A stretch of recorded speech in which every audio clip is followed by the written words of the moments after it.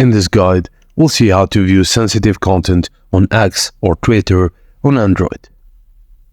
Twitter's Android app allows you to view sensitive content directly from your mobile device by adjusting your settings, and here's a step-by-step guide on how to turn off the sensitivity filter and also adjust your search settings in the View Sensitive Content section.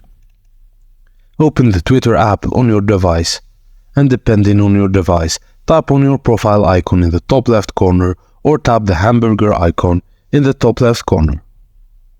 Go to Settings and Support. Select Settings and Privacy, and then tap on Privacy and Safety under your username.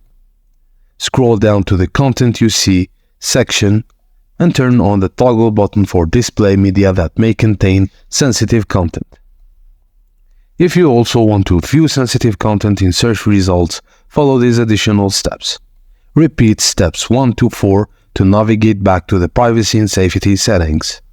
Go to the search settings and then check the box next to hide sensitive content. And that's it, guys. Thank you for watching, and please don't forget to like and subscribe for more.